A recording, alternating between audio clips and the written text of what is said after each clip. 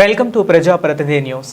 సిద్దిపేట జిల్లా హుస్నాబాద్లో వర్షాలు కురవాలని కోరుతూ శ్రీ రేణుకా ఎల్లమ్మ నల్లపోచమ్మ అమ్మవార్లకు మున్సిపల్ చైర్మన్ దండి లక్ష్మి పట్టణ మహిళలు జలాభిషేకం చేశారు. అంతకుముందు నీళ్ల బిందెలతో బతుకమ్మ ఆడారు.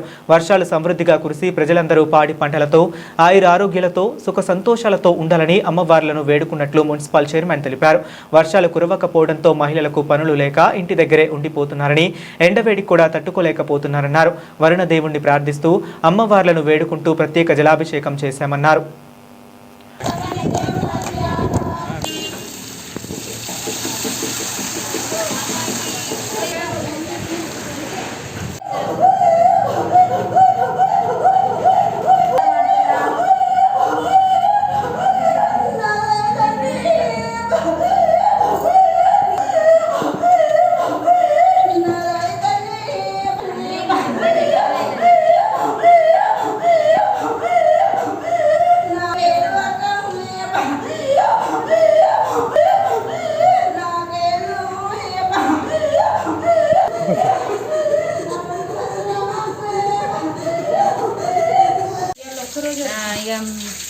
శాంతి మేడం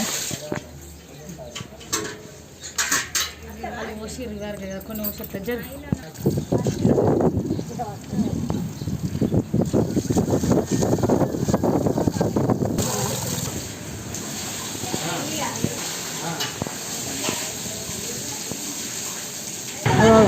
హుస్నాబాద్ పట్టణ మహిళలు ఎల్లమ్మ తల్లి ఏరియాకున్న ఆరో వార్డు మహిళలందరూ కలిసి ఎల్లమ్మ తల్లి కంటే ముందు పోషవ తల్లి నల్ల పోషవ తల్లికి అట్లాగే ఎల్లమ్మ తల్లికి జలాభిషేకం చేయటకు వర్షాలు కురవాలి, పంటలు బాగా పండాలి, అందరూ ఆయురారోగ్యాలతో ఉండాలని చెప్పి వాళ్ళే మహిళా మనులు ముందు ఆలోచనతో ముందుకెళ్ళడం అనేది జరిగింది.